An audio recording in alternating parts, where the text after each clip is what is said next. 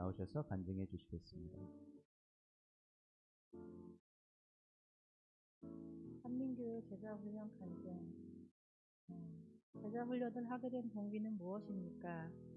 하나님과 더 가까워지고 주님의 뜻에 따르는 변화된 삶을 살기 위해 하게 되었습니다.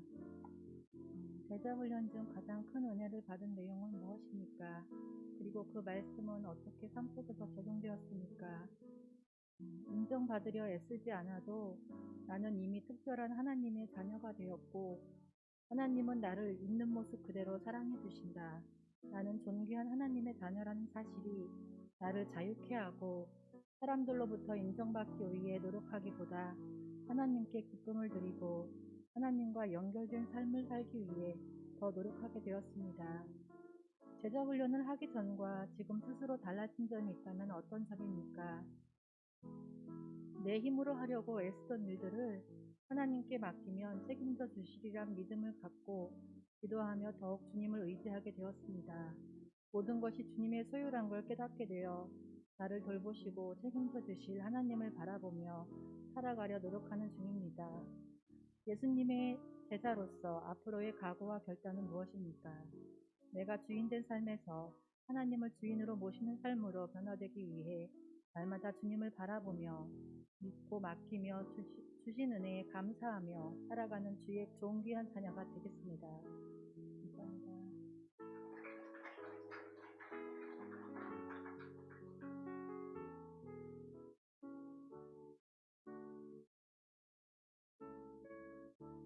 한민교회 제자훈련 간증. 1번.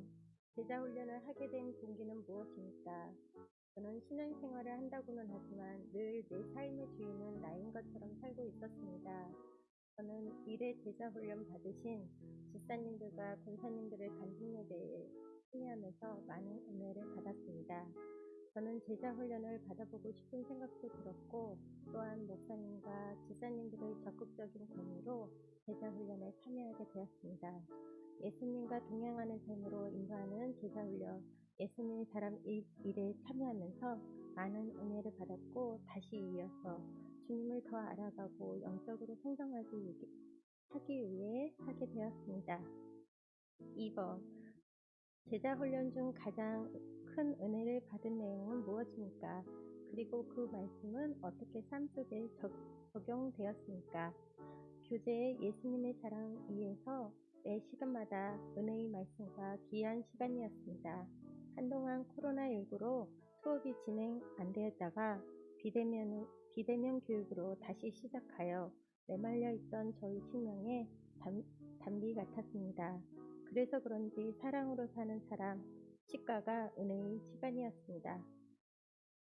가장 가까운 가족까지도 진정으로 사랑과 용서를 못하는 제 모습을 보면서 자신에 대한 좌절과 낙심, 두려움, 우울감 등이 있었습니다. 치과를 통해 내가 스스로 사랑과 용서를 하려고 했던 교만함을 깨달았습니다. 저희 힘으로 주님이 원하시는 대로 사랑하고 용서할 수 없지만 저 안에 계신 주님이 하시면 얼마든지 할 수 있다는 것을 알았습니다. 진정한 사랑은 내 안의 사랑의 왕으로 와 계신 예수님으로부터 나온다는 것을, 염려와 근심, 두려움 모든 짐을 예수님께 맡기고 하나님을 사랑하고 믿고 가족과 이웃을 사랑하며 사는 것이 축복의 통로라는 것을 알았습니다. 사랑하는 자들아, 우리가 서로 사랑하자. 요한일서 4장 7절 말씀. 이 말씀을 따라서 힘들고 어려운 상황이 올 때 내 안에 있는 주님의 목소리에 귀를 기울이고 주님은 어떤 마음일까를 생각하려고 합니다. 주님, 나는 죽었습니다. 내 힘으로는 정말 힘듭니다. 도와주세요. 내가 예수님과 함께 죽었다는 진리를 믿고 고백합니다. 제자훈련을 하기 전과 지금 스스로 달라진 점이 있다면 어떤 것입니까? 그동안 내가 내 삶의 주인인 것처럼 살았지만 이제 작은 일에 주님을 찬양하고 감사합니다. 나의 삶의 터전에서 옳고 그름을 따지기보다는 주님이 원하시는 것은 무엇인가를 생각하고 물어보고 행동하려고 노력하고 있습니다. 예수님의 제자로서 앞으로의 각오와 결단은 무엇입니까? 예수님과 동행하는 삶으로 인도하는 제자 훈련을 받으면서 예수님이 주인인 삶이 되어야 되겠다고 생각했습니다. 저는 한국에 파송된 선교사이고 제가 있는 삶의 터전, 가정, 직장, 일터 현장에서 내가 알고 또 만나는 사람들에게 나를 통해 그리스도의 복음이 전해지도록 주님께 늘 물어보고 예수님을 바라보는 삶이 되도록 노력하겠습니다.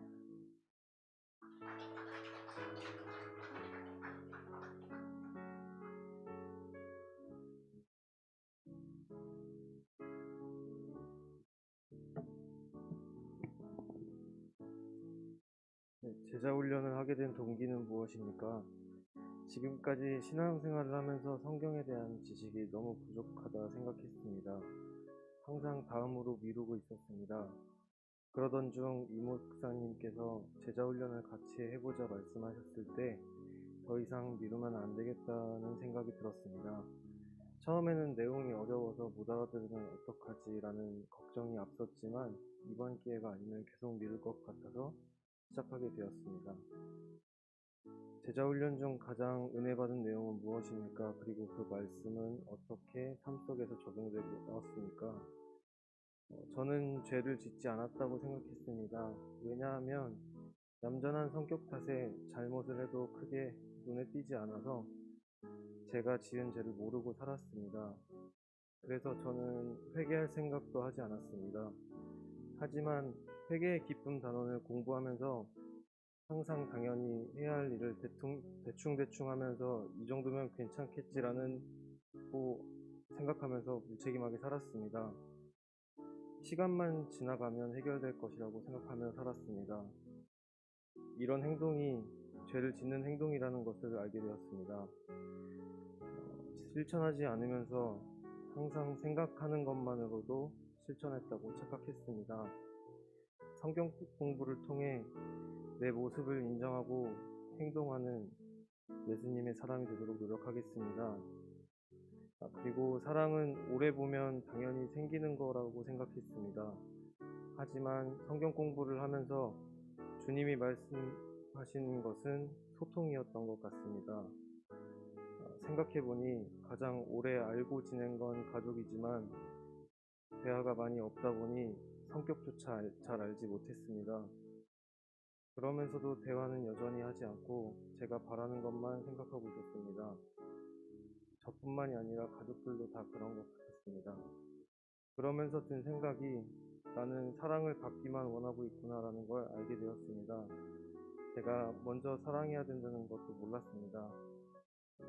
실천하는 게 어렵고 낯설지만 우선 가족들에게라도 관심을 갖고 사랑하며 대화를 통해 소통하려고 노력해 보겠습니다.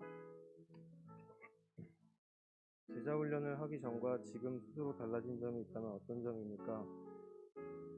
주님께서 나를 얼마나 사랑하시는지와 지금까지 살아오면서 아프지 않고 대학생활, 군생활을 하고 회사 생활을 하면서 경험했던 사회 경험까지 할 수 있었던 모든 것이 주님의 은혜라는 걸 알게 되었고 그 속에서 게으름과 귀찮음으로 항상 죄를 짓고 있었다는 걸 알게 되었습니다.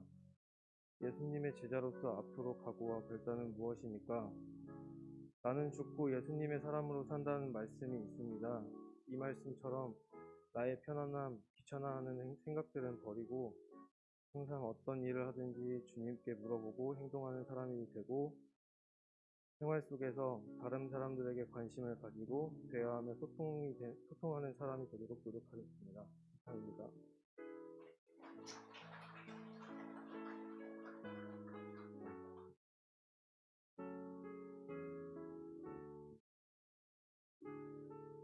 이철영 수집사입니다. 제자 훈련을 하게 된 동기는 무엇입니까? 이번 제자 훈련은 기초양육반 확신반 AB, 성장반 A에 이어지는 성장반 B 과정이었습니다. 제자 훈련은 처음 시작하는 것은 어려운데 일단 시작하면 하나님의 은혜로 끝낼 수 있습니다. 제자 훈련을 시작하였기에 이번 성장반 B 과정으로 마칠 수 있었습니다. 사실 제자 훈련을 하면 할수록 마음 한 구석이 좀 불편해지는 것이 사실입니다. 왜냐하면 나의 삶이 제자로서의 삶과 비교하면 많이 부족하기 때문이지요. 훈련을 한다고 해서 나의 삶이 바로 바뀌지도 않으니 훈련하는 내내 불편함이 동반됩니다. 그럼에도 제자 훈련을 신청하였습니다. 왜냐하면 같이 하는 동역자들이 있기 때문이었던 것 같습니다. 혼자 하는 것은 어렵지만 동역자들이 있기에 같이 해보는 것이었지요. 그리고 동시에 그들에게도 내가 동역자이기에 계속 해야 한다는 의무감이 있었던 것 같습니다.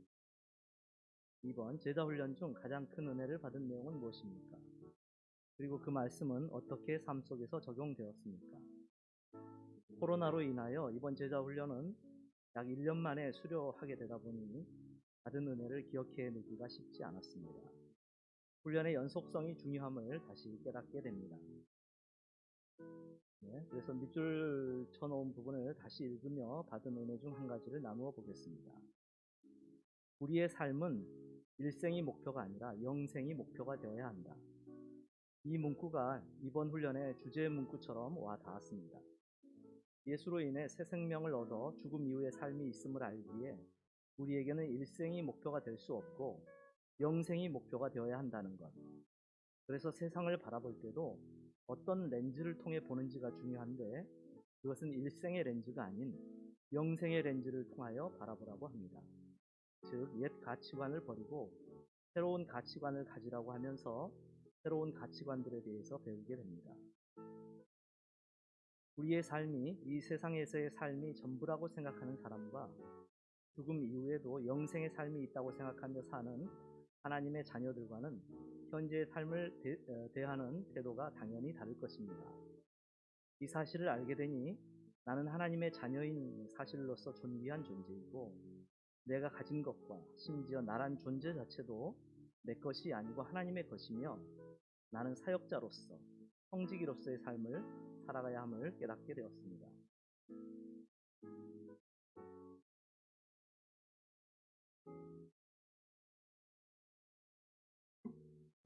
한번 제자훈련을 하기 전과 지금 스스로 달라진 점이 있다면 어떤 점입니까?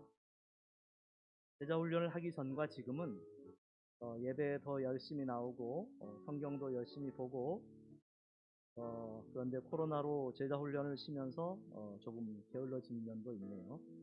아무튼 제자훈련 시작한 이후로 성경을 날마다 조금씩이라도 보려고 하고 있습니다. 그리고 무엇보다 새벽 예배에 출석하기 시작한 것이 가장 큰 변화가 되겠습니다. 특세 기간 중에도 며칠 오는 것이 전부였는데 작년 부활주일부터 시작해서 새벽 예배에 꾸준히 참석하고 있습니다. 그리고 개인적으로도 공부도 열심히 하고 취미생활도 열심히 하고 삶을 열심히 살아내고 있습니다. 예수님의 제자로서 앞으로의 각오와 결단은 무엇입니까? 이번 교재에 이런 내용이 있었습니다. 당신이 만약 불신자 친구와 같은 날 죽었는데 친구는 지옥으로 가고 당신은 천국으로 갑니다. 그때 당신 친구가 고통에 일그러진 얼굴로 절규합니다. 왜 내게 예수 그리스도를 말하지 않았어? 문자로 인쇄되어 있었지만 저에게는 생생한 오디오로 들려왔습니다. 언급하는 지금도 절규의 소리가 들리는 듯합니다. 내가 복음을 부끄러워하지 아니하노니 이 복음은 모든 믿는 자에게 구원을 주시는 하나님의 능력이 됩니다. 복음을 전하는 일에 부끄러워하지 않겠습니다. 하나님의 능력의 말씀을 의지하여 담대하게 나아가겠습니다. 감사합니다.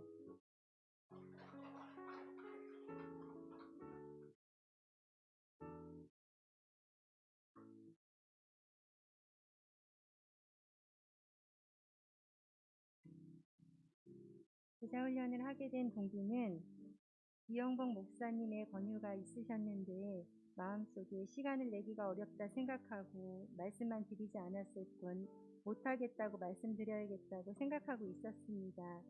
근데 생활 속에 좀 여러 가지 고민이 있어서 셀 목사님께 말씀을 드렸더니 제자훈련을 한번 해보라고 셀 목사님도 제자훈련을 하시면서 여러 가지 것들이 잘 정립되셨다고 권하셔서 제자훈련을 하게 되었습니다.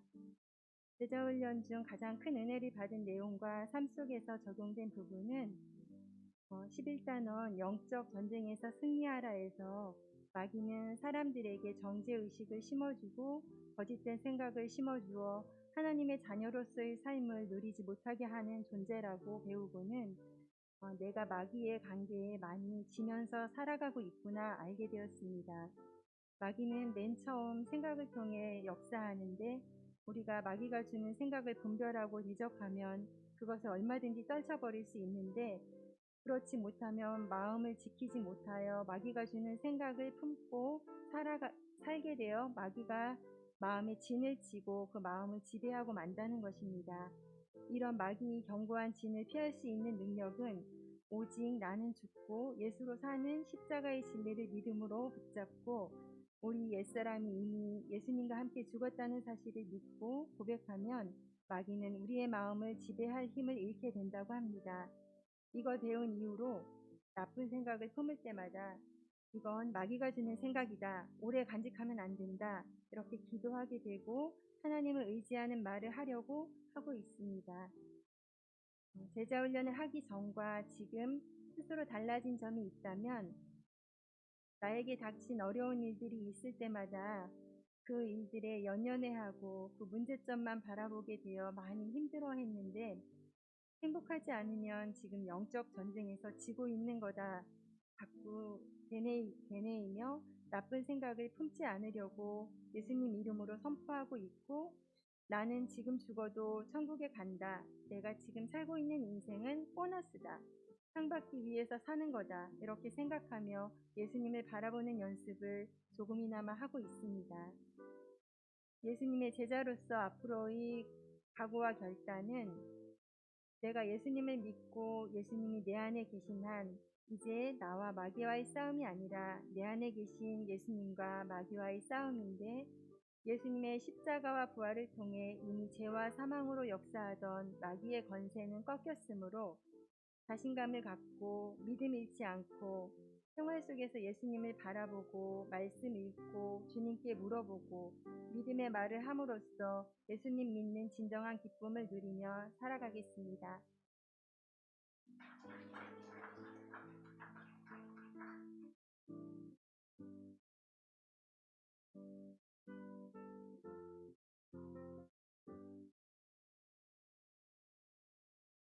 제자 훈련을 하게 된 동기는 무엇입니까? 차갑지도 뜨겁지도 않던 나의 믿음 생활에 위기가 느껴지면서 보여지는 신앙생활이 아닌 하나님을 정확히 알고 하나님과 동행하는 삶을 살며 다시 하나님을 뜨겁게 사랑하며 섬기는 자녀가 되기 위해 도전하였습니다. 제자 훈련 중 가장 큰 은혜를 받은 내용은 무엇입니까? 그리고 그 말씀은 어떻게 삶 속에서 적용되었습니까?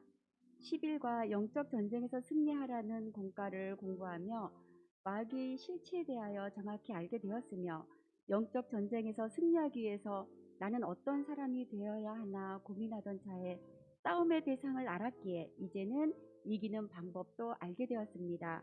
그럼에도 불구하고 가정생활 속에서 직장에서 현 코로나19로 인한 변화된 신앙생활 속에서 승리하지 못하고 있는 나의 모습을 보게 되는데 지속적인 말씀 묵상과 기도 생활을 통해 영적으로 승리하는 삶을 살도록 하겠습니다. 제자 훈련을 하기 전과 지금 스스로 달라진 점이 있다면 어떤 것입니까? 어떠한 상황이 주어지든 하나님 감사합니다. 감사의 고백을 하게 되었으며 하나님의 뜻이 무엇인지 잠잠히 구하는 심령이 되었으며 세상을 시선으로 바라보기보다는 하나님께서 원하시는 영혼을 바라보게 되었습니다. 예수님의 제자로서 앞으로의 각오와 결단은 무엇입니까? 하나님의 자녀로서 하나님이 가장 기뻐하시는 영혼 구원 사역을 위하여 쓰임받기 위해 준비되어지는 사람이 되며 예배를 철저히 드리며 하나님 중심으로 살며 삶이 곧 하나님을 증거하는 전도자의 모습이 되도록 노력하겠습니다.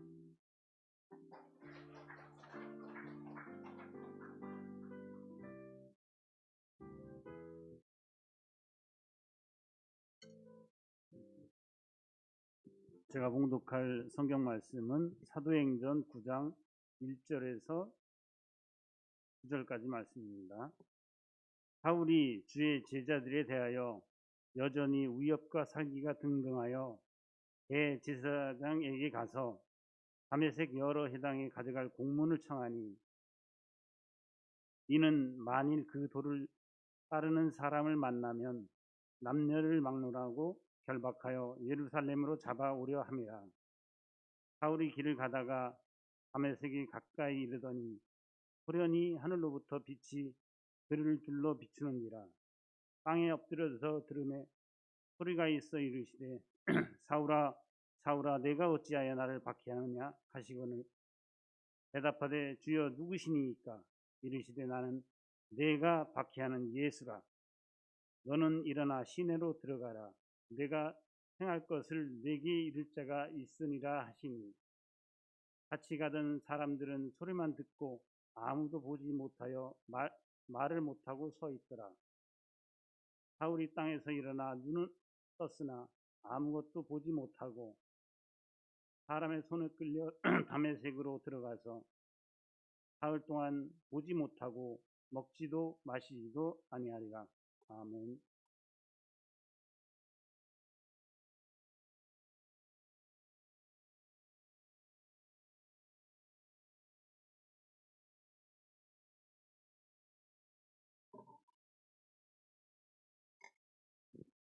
기도하고 우리 같이 말씀 나누도록 하겠습니다. 사랑해 주님 감사합니다. 우리를 사랑하셔서 하나님 자녀 삼아 주시고 오늘은 특별히 제자훈련 수료예배로 님 앞에 예배할 수 있도록 인도해 주시니 감사합니다. 하나님 코로나로 인해서 많은 어려움들이 있었고 또한 환경의 어려움, 물질의 어려움, 관계의 어려움, 함께 교회에서 교제하기 어려운 그런 어려움들 속에서도 지금까지 우리를 돌보시고 이렇게 공부하게 하셔서 주님께 간증할 수 있게 하시니 감사합니다. 우리의 신앙을 붙잡아 주시고 우리가 주님 만나는 그날까지 주님의 제자로 정말 주님께 크게 쓰임받는 우리 모두가 되게 하여 주시옵소서. 오늘도 주님 앞에 귀한 예물을 올려드립니다. 이 예물을 주님 받아주시고 이 예물이 쓰여지는 곳곳마다 주님의 영광이 드러나게 하여 주시옵소서. 오늘 예배 가운데 주님께서 역사하실 것을 기대하며 예수님의 이름으로 기도드립니다. 아멘. 할렐루야. 오늘도 이렇게 제자훈련 수료예배 함께 참여하신 여러분을 축복합니다. 우리 옆 사람 보고 한번 인사할까요? 잘 오셨습니다. 사랑합니다. 사랑합니다. 사랑합니다. 먼저 광고를 하겠습니다. 우리 다음 제자훈련이 이제 다시 시작됩니다. 제자훈련은 11월 26일부터 시작되는데요. 여러분들 꼭 참여하셔서 함께 은혜를 누리시면 좋겠습니다. 이번은 온라인 화상회의로 수업을 진행합니다. 집에서도 직장에서 또 어려우시면 교회 오셔서 방에서 제가 준비해 드릴 수 있습니다. 그래서 많이 참여하셔서 여러분 신앙의 유익을 얻으시기를 축복합니다. 아멘. 오늘 제목을 같이 한번 읽어보겠습니다. 같이 한번 읽어볼까요? 제목 시작. 변화되는 인생. 여러분은 여러분의 인생에 변화가 있기를 원하십니까? 여러분 변화가 있다면 어떻게 변하고 싶으십니까? 여러분 우리는 하나님의 자녀들입니다. 하나님의 자녀는 존재만으로도 많은 복을 받은 사람들입니다. 우리는 죽어서도 천국 가는 사람이고 살면서도 하나님의 은혜를 누리면서 사는 사람들인 것입니다. 그런데 수많은 하나님의 자녀들이 하나님의 귀한 복을 받았음에도 불구하고 그것을 깨닫지 못하고 감사하지 못할 때가 많습니다. 또한 여전히 눈앞에 세상 가치들을 동경하고 또 세상의 문제들로 낙심하고 절망할 때가 많다 하는 것입니다. 그런데 문제는 그런 어려움 속에서도 하나님을 바라보지 않는다 하는 것입니다. 그러나 우리는 변화되는 인생을 통해서 하나님의 복을 누리며 사시기를 축복합니다. 아멘. 그래서 오늘 본문은 하나님을 믿는다 하면서도 하나님을 대적했던 사울, 그 사울이 어떻게 변화되는지를 보여주고 있습니다. 오늘 말씀을 통해서 우리도 사울과 같은 모습은 아니었는지 우리 자신을 한번 돌이켜보고 이제는 변화되는 인생이 되어서 언제나 주님이 주시는 은혜와 복을 누리며 살아가는 우리 모두가 되시기를 축복합니다. 아멘. 그렇다면 우리는 어떻게 변화되는 인생을 누릴 수 있을까요? 변화되는 인생을 위해서는요, 첫 번째 같이 한번 읽어보겠습니다. 시작. 삶의 이유를 깨달아야 합니다. 우리 1절과 2절을 다시 한번 다 같이 읽어보겠습니다. 시작. 사울이 주의 제자들에 대하여 여전히 위협과 살기가 등등하여 대제사장에게 가서 다메섹 여러 회당에 가져갈 공문을 청하니 이는 만일 그 도를 따르는 사람을 만나면 남녀를 막론하고 결박하여 예루살렘으로 잡아오려 함이라. 아멘. 사울은 예수 그리스도의 복음을 전하다가 죽음을 맞이한 스데반을 보았습니다.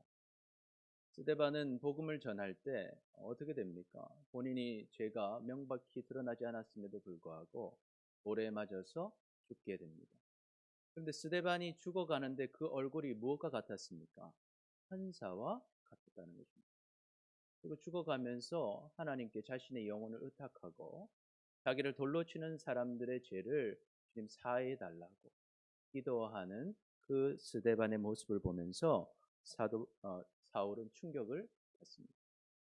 그러면 어떻게 됩니까? 주님을 생각해만도 한데 이 사울은 오히려 이 복음의 힘이 얼마나 강한지 깨닫게 되고 그날부로 예루살렘에 있는 교회들을 더욱 심하게 핍박하게 됩니다. 예루살렘에 있는 교회들에 다 들어가서 남녀를 막론하고 다 잡아서 감옥에 가두게 됩니다. 그러면 어떻게 돼야 됩니까? 교회가 이제 없어져야 하는데, 멸망시켜야 하는데 교회는 멸망하는 것이 아니라 오히려 예루살렘을 넘어서 사마리아와 땅끝까지 그 교회가 퍼져가고 주님의 복음이 넘쳐나는 것을 보게 되는 것입니다. 그러니 사도 바울이 어떤 마음이 들겠습니까? 이 말씀은 예수님께서 하신 말씀 그대로였습니다. 우리 사도행전 1장 8절 우리 다 같이 한 목소리를 읽어보겠습니다. 시작. 오직 성령이 너희에게 임하시면 너희가 권능을 받고 예루살렘과 온 유대와 사마리아와 땅끝까지 이르러 내 증인이 되리라 하시니라. 아멘. 그러니 멸망시키고자 했던 교회가 넘쳐나는 모습 보면서 사울은 말 그대로 어떻게 했습니까? 살기가 등등하고 위협과 살기가 등등한 모습이 된 것입니다. 그래서 이제 어떻게 합니까? 예루살렘에서 퍼져나간 그 복음을 막기 위해서 대제사장한테 갑니다. 그래서 지금 외국에서 있는 유대인들이 모인 회당, 그 회당으로 가서 거기서 예수님 믿는 사람이 있으면 그 사람들 유대인들 잡아서 예루살렘의 감옥으로 넣을 수 있는 공문을 탁 달라고 해서 받습니다. 그리고 그 공문 가지고 다메섹까지 가고 있는 것입니다. 여러분, 이 다메섹은요 이스라엘 안에 있는 동네가 아닙니다. 다메섹은 구약 시대의 아람의 수도였습니다. 그리고 당시에는 로마의 지배를 받고 있던 이방 도시였습니다. 그래서 고대부터 상당히 발전한 도시고 지금도 시리아의 수도가 바로 이 다메섹입니다. 그래서 이 다메섹에는요 이 유대인들이 많이 있었던 것이죠. 우리 지도를 한번 보시면 밑에 화살표 제일 밑에가 이제 예루살렘에서 이 갈릴리오 수도 다 지나고 위에 가이사랴 빌립보도 지나서 오른쪽 위에 있는 것이 이것이 다메섹인 것입니다. 그러니까 지금 자기 나라도 아닌 이방 지역에 있는 유대인들에게 퍼진 교회를 막기 위해서 이 먼 길을 가고 있었던 것입니다. 그런 사울에게 한 사건이 일어납니다. 그것이 무엇입니까? 3절 4절 우리 같이 한번 읽어보겠습니다. 시작. 사울이 길을 가다가 다메섹에 가까이 이르더니 보려니 하늘로부터 빛이 그를 둘러 비추는지라. 땅에 엎드려져 들음에 소리가 있어 이르되 사울아 사울아 내가 어찌하여 나를 박해하느냐 하시거늘. 아멘. 그렇게 교회를 박해하기 위해서요 다메섹까지 가던 사울에게 특별히 이제 사울이 다메섹에 거의 도착했을 때쯤에 하늘로부터 강한 빛이 사울을 팍 비추는 거예요. 그래서 그 빛이 얼마나 눈부셨든지 사울은 뒤로 꼬꾸러져서 땅에 엎드려 쓰러지게 됩니다. 그리고 한 목소리를 듣죠. 사울아 사울아 내가 어찌하여 나를 박해하느냐. 도대체 네가 나를 박해하는 이유가 무엇이냐? 왜 나를 박해하느냐? 하나님께서 예수님께서 물어보시는 것이었어요. 여러분 사울은 도대체 왜 교회를 박해하는 것일까요? 그것을 통해서 무엇을 얻고자 했던 것일까요? 아마도 그는 교회를 박해해서 유대인들 사이에서 어떤 권력을 가지고 싶었을지 모르겠습니다. 또한 유명해지고 싶었을지도 모르겠어요. 아니면 어릴 적부터 이런 일이 자신의 꿈이었을지도 모르겠습니다. 또한 교회를 핍박하는 일이 어떤 기쁨을 주거나 보람을 주는 일이었을지도 모르겠습니다. 그러나 분명한 것은 무엇입니까? 이 교회를 박해하는 일은 하나님께서 기뻐하시는 일은 아니었다는 것. 오히려 하나님을 화나게 하는 일이었다 하는 것입니다. 그러니 예수님께서 지금 바울에게 물어보십니다. 왜 나를 핍박하느냐? 왜 교회를 박해하느냐고 말입니다. 여러분, 우리는 우리의 삶의 이유를 깨달아야 합니다. 여러분은 무엇을 위해 살고 계십니까?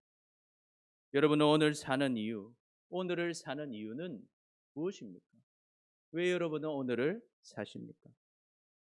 우리는 우리의 삶의 이유를 깨달아야 합니다. 그렇다면 왜 변화되는 인생을 위해서 우리는 삶의 이유를 깨달아야 할까요? 우리가 삶의 이유를 깨달아야 하는 이유는 첫 번째, 우리 같이 한번 읽어볼까요? 시작. 우리에게는 영원한 생명이 있습니다. 우리에겐 영원한 생명이 있기 때문에 우리는 삶의 이유를 생각해 봐야 하는 것입니다. 우리 요한복음 3장 16절 같이 읽어보겠습니다. 시작. 하나님이 세상을 이처럼 사랑하사 독생자를 주셨으니 이는 그를 믿는 자마다 멸망하지 않고 영생을 얻게 하려 하심이라. 요한복음 1장 12절.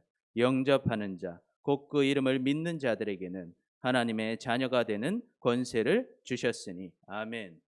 우리는 이 말씀을 잘 믿고 있습니다. 우리는 우리를 위해서 십자가에서 죽으시고 부활하신 예수님을 나의 구원자, 나의 주인, 나의 하나님으로 믿고 영원한 생명을 얻은 하나님의 자녀들입니다. 여러분, 이것을 믿으십니까? 아멘. 그렇다면 우리는 함께 고백해 보겠습니다. 함께 고백해 보겠습니다. 예수님이 나를 위해 죽으시고 부활하신 사실을 믿습니다. 또 한번 고백해 봅니다. 예수님이 나의 구원자, 나의 주인, 나의 하나님이십니다. 아멘.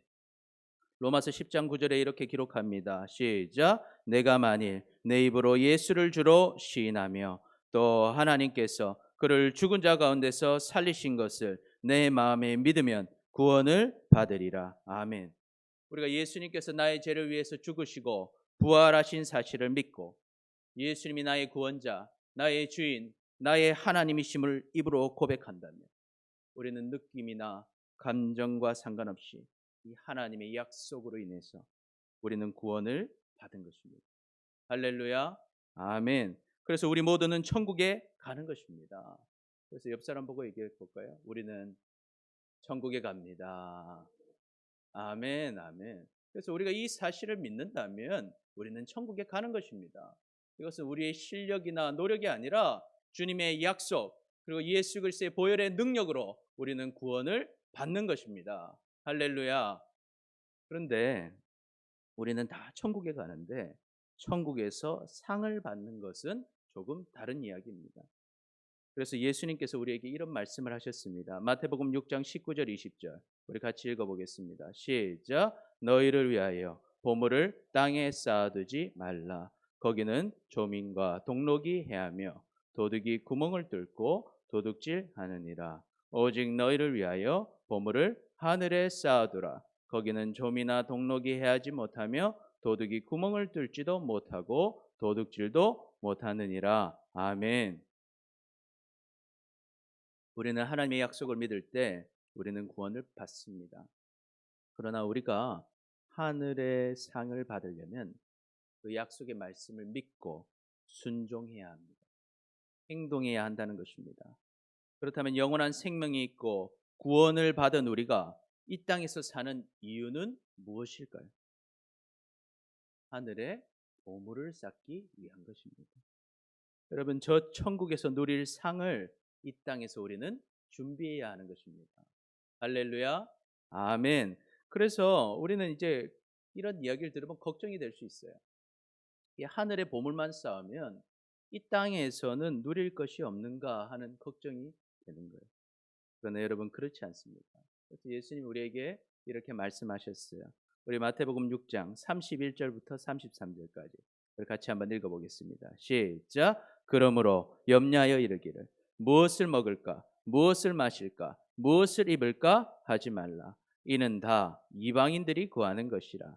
너희 하늘 아버지께서 이 모든 것이 너희에게 있어야 할 줄을 아시느니라. 그런즉 너희는 먼저 그의 나라와 그의 의를 구하라. 그리하면 이 모든 것을 너희에게 더하시리라. 아멘. 여러분 우리가 하늘의 보물을 쌓으면서 살면 하나님께서 이 땅의 것도 어떻게 해주신다는 거예요? 다 채워주신다는 것입니다. 할렐루야. 아멘. 여러분 이것을 믿으시기를 축복합니다. 그러니 하늘의 보물을 쌓는 사람은 하늘의 보물도 쌓고 이 땅에서도 채워주시는 은혜를 누린다는 것입니다. 여러분 우리는 우리의 삶의 이유를 깨달아야 됩니다. 우리는 하나님을 모르는 이방인들처럼 지금 이 땅에서 무엇을 먹고 무엇을 마시고 무엇을 입을까 염려하지 마시기를 축복합니다. 그것은 우리의 삶의 이유가 아닙니다. 그것들은 우리가 하나님 나라와 의를 구할 때 하나님께서 그냥 주시는 것인 것이죠. 그리고 지금 더 많이 먹고 적게 먹는 것, 또 더 좋은 것 있고 나쁜 것 있는 것, 여러분 그런 것은 중요한 것이 아닙니다. 그것은 잠깐이면 지나가는 것입니다. 그것은 천국에 갈 때 가져가는 것도 아닙니다. 그러나 천국의 삶은 다릅니다. 천국의 삶은 얼마만큼 삽니까? 영원히 사는 것입니다. 그러니 우리는 천국의 삶을 누릴 것들을 지금 무엇 해야겠습니까? 준비해야 하는 것입니다. 왜 그렇습니까? 지금 우리가 어떻게 사느냐에 따라서 영원한 우리의 천국에서의 상이 결정되기 때문인 것입니다. 그러니 여러분 우리가 무엇을 먹고 사는 것 생각하기 이전에 먼저 하나님의 나라와 하나님의 의를 구하며 사시기를 축복합니다. 자, 그러면 하늘의 보물이 쌓일 것입니다. 그리고 이 땅에서도 먹고 마시고 입는 것 모두를 하나님께서 다 채워주실 것입니다. 우리가 하나님 나라와 하나님의 의를 위해서 내 시간, 내 물질, 내 노력을 주님 앞에 사용하는 것, 하나님께서 다 기억하시고 보상해 주시는 것입니다. 그렇다면 여러분 우리는 하나님 나라와 의를 어떻게 구해야 할까요? 하나님 나라와 의는 도대체 무엇입니까? 하나님 나라는 하나님을 왕으로 모시는 것입니다. 하나님을 왕으로 모시고 사는 것입니다. 그래서 우리 같이 한번 고백해 볼까요? 시작. 하나님이 나의 왕, 나의 주인이십니다. 아멘. 내 고집 버리고 하나님께서 시키시는 대로 내가 살아간다는 것입니다. 그리고 하나님의 의는 무엇입니까? 하나님의 뜻을 구하며 사는 것입니다. 그렇다면 우리가 하나님을 왕으로 모시고 구해야 할 하나님의 뜻이 무엇일까요? 우리 요한복음 6장 40절 우리 같이 읽어보겠습니다. 시작. 내 아버지의 뜻은 아들을 보고 믿는 자마다 영생을 얻는 이것이니 마지막 날에 내가 이를 다시 살리리라 하시니라. 아멘. 우리가 하나님 나라와 의를 구하는 것은요, 하나님을 나의 왕, 나의 주인으로 모시고 이제 어떻게 해야 됩니까? 사람들에게 예수님 전해서 그들이 하나님의 아들 예수 그리스도를 믿고 영생을 얻게 하는 것, 그것이 바로 하나님의 뜻이라는 거예요. 그래서 그들이 마지막 날에 다시 다 살아나서 천국에서 다시 만나게 하는 것, 그것이 하나님의 뜻이라 하는 것입니다. 그래서 우리가 이 땅에서 살아야 되는 이유는 왕이신 하나님께서 우리에게 원하시는 뜻, 그 뜻을 이루어가는 것입니다. 그것이 하나님 뜻이기 때문에 예수님께서 하늘 보좌를 버리고 이 땅에 오셨습니다. 이 하나님의 뜻을 이루시기 위해서 예수님께서 고난을 받으셨고 십자가에 못 박혀서 피를 다 흘리시고 고통 가운데 돌아가신 것입니다. 그래서 예수님께서 돌아가시면서 또 예수님께서 사역하시면서 자신이 오신 목적을 이렇게 기록하고 있습니다. 요한복음 10장 10절 우리 같이 읽어보겠습니다. 시작. 내가 온 것은 양으로 생명을 얻게 하고 더 풍성히 얻게 하려는 것이라. 아멘. 예수님께서 십자가에서 돌아가시고 그리고 우리를 위해 고통당하셨던 이유는 죽을 수밖에 없던 우리가 생명을 얻을 길을 만들어 주신 것입니다. 그래서 예수님을 믿는 사람마다 이 생명을 얻게 된 것입니다. 할렐루야. 아멘. 그 혜택을 누가 받았습니까? 우리가 받은 것입니다. 우리는요, 죽을 수밖에 없습니다. 죄로 인해서 죽어서 지옥 갈 수밖에 없고, 우리의 힘과 능력으로는 절대 이 죄를 이길 수 없고 지옥을 벗어날 수 없습니다. 그런데 예수님께서 나를 위해 죽으시고 부활하심으로 인해서 우리에게 생명을 얻을 길을 열어주신 것입니다. 할렐루야. 우리가 이것을 알면 하나님께 감사할 수밖에 없는 것입니다. 우리 한번 고백해 봅시다. 하나님 감사합니다. 예수님 감사합니다. 아멘, 아멘. 우리가 하나님께 감사할 수밖에 없는 거예요. 여러분, 또한 하나 예수님 무엇 주시겠다는 것입니까? 생명을 주실 뿐만 아니라 풍성한 삶을 우리에게 약속하고 계시다는 것이죠. 여러분, 이 혜택을 여러분만 누리시겠습니까? 이 혜택을 여러분만 받고 끝내시겠습니까? 그러면 안 된다는 것입니다. 그래서 여기에 두 번째 우리의 삶의 이유가 있는 것입니다. 우리 다시 한번 우리 2번 같이 한번 읽어보겠습니다. 우리가 삶의 이유를 깨달아야 하는 이유는 두 번째, 시작. 우리에게는 사명이 있습니다. 예수님께서 십자가에서 죽으시고 부활하셔서 모든 사람들에게 생명의 길을 열어주셨습니다.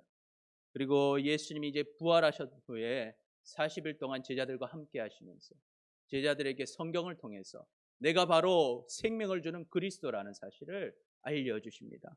그래서 누가복음 24장에는 그것을 기록하는데요. 45절부터 48절까지 우리 같이 읽어보겠습니다. 시작. 이에 그들의 마음을 열어 성경을 깨닫게 하시고 또 이르시되 이같이 그리스도가 고난을 받고 제3일에 죽은 자 가운데서 살아날 것과 또 그의 이름으로 제사함을 받게 하는 회개가 예루살렘에서 시작하여 모든 족속에게 전파될 것이 기록되었으니 너희는 이 모든 일의 증인이라. 아멘. 여러분, 우리가 성경을 통해서 예수님이 그리스도신 것과 예수님을 통해서 우리가 죄 사함을 받게 됐다는 사실을 깨달았다면 이제는 우리가 바로 그 복음의 증인이라는 것입니다. 우리가 그 증인들이라는 것입니다. 증인의 삶을 살아야 한다는 것입니다. 그리고 예수님께서는 수제자인 베드로에게 3번이나 간곡하게 부탁하십니다. 요한의 아들 시몬아, 내가 나를 사랑하느냐? 나를 사랑한다면 내 어린 양을 먹여라. 내 양을 쳐라. 내 양을 먹여라. 그래서 요한복음 21장 17절 우리 같이 읽어봅니다. 시작. 세 번째 이르시되 요한의 아들 시몬아, 내가 나를 사랑하느냐 하시니 주께서 세 번째 내가 나를 사랑하느냐 하심으로 베드로가 근심하여 이르되 주님, 모든 것을 아시오매 내가 주님을 사랑하는 줄 주님께서 아시나이다. 예수께서 이르시되 내 양을 먹이라. 또한 예수님께서 하늘로 올라가시면서 마지막 날 제자들을 다 모으십니다. 다 모으시고 예수님께서 마지막 제자들에게 마지막 사명을 주십니다. 무슨 사명을 주십니까? 마태복음 28장 19절 20절 우리 같이 읽어보겠습니다. 시작. 그러므로 너희는 가서 모든 민족을 제자로 삼아 아버지와 아들과 성령의 이름으로 침례를 베풀고 내가 너희에게 분부한 모든 것을 가르쳐 지키게 하라. 볼지어다 내가 세상 끝날까지 너희와 항상 함께 있으리라 하시니라. 아멘. 주님께서 우리 모두에게 주신 사명, 그 사명은 모든 민족을 제자로 삼는 것입니다. 제자 삼는 방법은 무엇입니까? 첫째, 사람들에게 가서 예수 그리스도의 복음을 전하는 것입니다. 그래서 그 사람들이 예수 그리스도를 믿고 아버지 하나님과 아들 예수님과 성령님의 이름으로 침례를 받게 하는 것입니다. 그러면 그 사람들이 영원한 생명을 얻게 되는 것입니다. 천국 가는 인생이 되는 것입니다. 할렐루야. 아멘. 그리고 두 번째 뭡니까? 예수님이 말씀하신 모든 말씀을 가르쳐서 그들이 지키게 하는 것입니다. 이 땅에 보물을 쌓는 것이 아니라 하늘의 보물을 쌓도록 가르쳐 주는 것입니다. 그것이 무엇입니까? 다른 사람들에게 복음을 전해서 생명을 얻게 하고 하늘의 상을 받도록 그 사람들에게 하나님의 말씀을 가르치는 것이죠. 그러면 주님께서 항상 우리와 함께 하시면서 우리의 모든 삶을 채워주시겠다고 약속하신 것입니다. 이것이 바로 우리의 사명인 것입니다. 우리는 삶의 이유를 깨달아야 됩니다.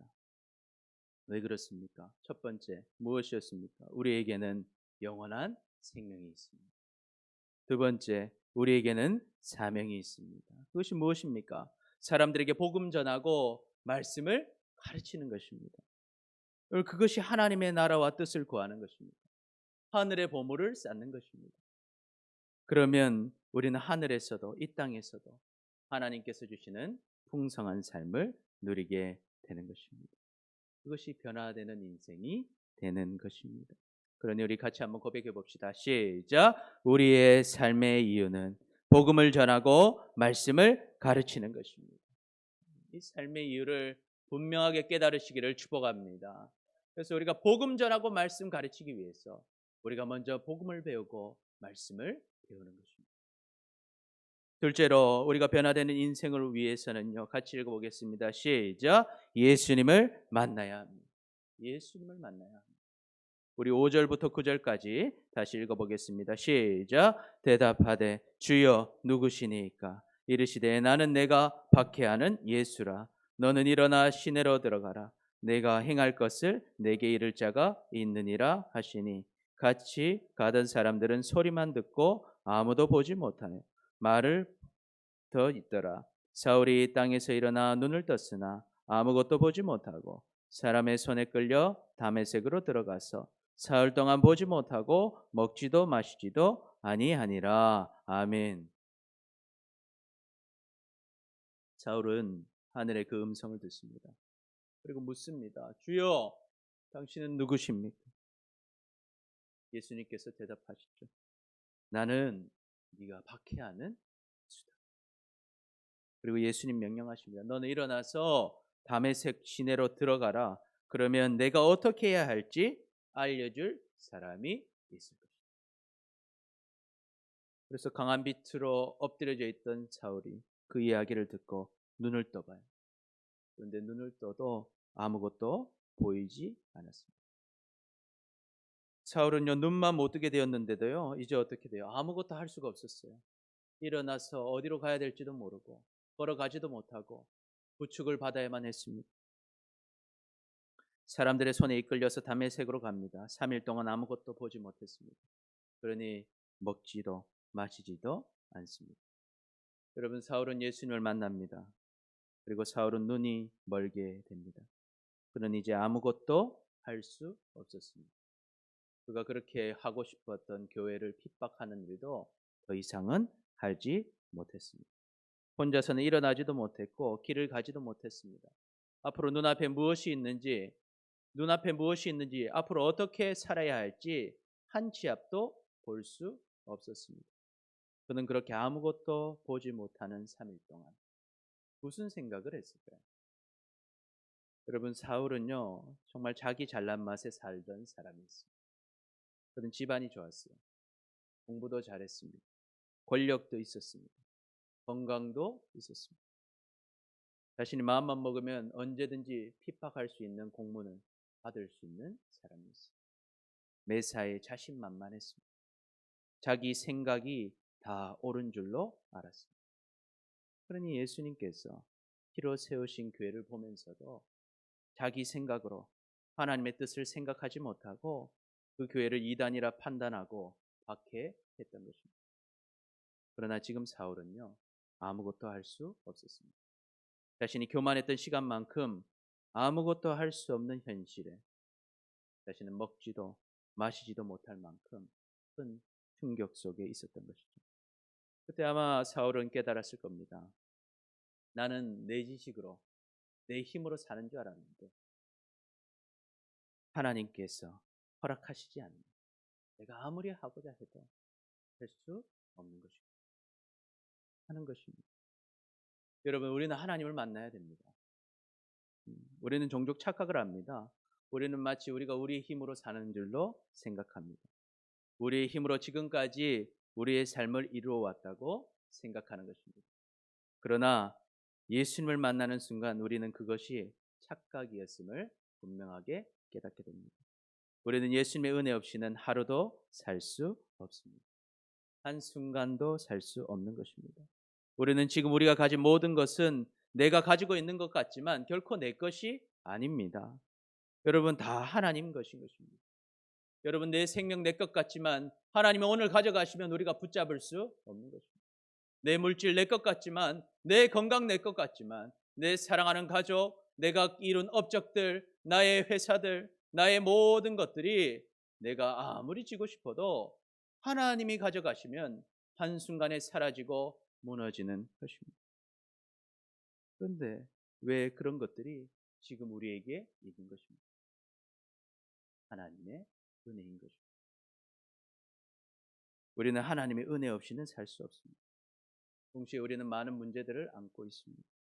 물질의 문제를 안고, 관계의 문제가 있고, 부부간의 문제가 있고, 자식과의 문제가 있고, 우리의 모든 삶의 문제들이 있습니다. 우리의 지식으로, 우리의 노력으로, 우리의 힘으로 해결하고 싶지만 해결하지 못하는 문제들이 있는 것입니다. 하나님께서 도와주시지 않습니다. 작은 일조차도 해결되지 않는 것입니다. 그런데 왜 우리는 그것을 깨닫지 못하는 것일까요? 왜 우리는 여전히 모든 것을 내 생각, 내 힘으로 될 줄 생각하고 우리의 힘으로 이 땅을 계속 살려고 하는 것일까요? 예수님을 만나지 않고 살기 때문입니다. 우리는 예수님을 만나야 됩니다. 우리는 이미 많은 성경들을 읽었습니다. 또 수많은 말씀을 들었습니다. 그런데 왜 우리의 삶은 변화되지 않는 것일까요? 여전히 세상 사람들처럼 먹는 것, 입는 것, 마실 것으로 염려하고 하나님 나라와 뜻에는 관심이 없고 세상의 성공을 꿈꾸며 잘 될 때는 교만하고 잘 안 될 때는 낙심하며 살아가고 있는 것일까요? 예수님은 분명히 풍성한 삶을 약속하셨는데 우리는 왜 풍성한 삶을 누리지 못하는 것일까요? 예수님을 찾지 않기 때문입니다. 내 안에 오신 예수님을 내 삶의 주인으로 모시지 않고 그 예수님을 손님으로 취급하고 예수님을 만나지 않고 살아가고 있기 때문인 것입니다. 그러나 우리가 예수님을 주인으로 모시고 예수님을 찾을 때 우리는 예수님을 만나게 됩니다. 그리고 예수님의 역사를 경험하게 됩니다. 그때 우리의 삶이 예수님의 은혜로 풍성하게 변화되는 것입니다. 우리 신명기 4장 29절 같이 읽어보겠습니다. 시작. 그러나 내가 거기서 내 하나님 여호와를 찾게 되리니 만일 마음을 다하여 뜻을 다하여 그를 찾으면 만나리라. 요한계시록 3장 20절 시작. 볼지어다 내가 문 밖에 서서 두드리노니 누구든지 내 음성을 듣고 문을 열면 내가 그에게로 들어가 그와 더불어 먹고 그는 나와 더불어 먹으리라. 아멘. 여러분, 우리는 예수님을 만나야 됩니다. 예수님께서 우리의 모든 삶의 주인이십니다. 예수님께서 우리의 모든 삶을 책임지십니다. 아멘. 그러니 항상 우리가 말씀을 통해서, 기도를 통해서, 성도의 교제를 통해서 예수님을 찾고 예수님을 만나야 하는 것입니다. 제자 훈련이 그것을 도와줄 것입니다. 함께 말씀 보고, 함께 기도하고, 함께 교제하면서, 함께 예수님 찾고, 함께 예수님을 만나는 훈련, 그것이 제자 훈련인 것입니다. 이렇게 예수님을 만나면 예수님께서 우리의 삶을 변화시켜 주실 것입니다. 예수님께서 더 이상 우리가 세상 일로 염려하지 않게 하실 것입니다. 또한 예수님께서 죄를 이기게 하실 것입니다. 예수님께서 우리에게 주신 사명을 감당할 힘과 능력을 주실 것입니다. 그래서 예수님께서 우리의 삶에 기쁨과 감사가 넘치게 하시고 풍성한 삶을 누리게 하실 것입니다. 할렐루야. 아멘.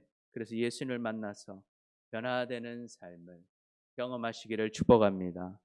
하늘의 상을 쌓을 뿐만 아니라 이 땅에서도 하나님께서 주시는 풍성한 삶을 누리는 우리 모두가 되시기를 축복합니다. 우리 마지막으로 함께 고백해 봅시다. 시작. 우리 함께 예수님을 찾고 예수님을 만납시다. 아멘. 말씀을 정리합니다. 하나님 살아계십니다. 우리를 사랑하십니다. 우리는 하나님의 은혜로 변화되는 인생을 살아야 합니다. 변화되는 인생 어떻게 할 수 있습니까? 첫 번째, 시작. 삶의 이유를 깨달아야 합니다. 이유는 무엇입니까? 첫 번째, 시작. 우리에게는 영원한 생명이 있습니다. 두 번째, 우리에게는 사명이 있습니다. 사람들에게 복음 전하고 말씀 가르치는 것이죠. 그러면 두 번째 무엇입니까? 시작. 예수님을 만나야 합니다. 그래서 여러분 삶의 이유를 깨닫고 예수님 만나서 하늘의 보물 쌓고 이 땅에서도 풍성한 삶을 누리는 우리 모두가 되시기를 축복합니다. 기도하겠습니다. 주님, 삶의 이유를 깨닫지 못하고 예수님을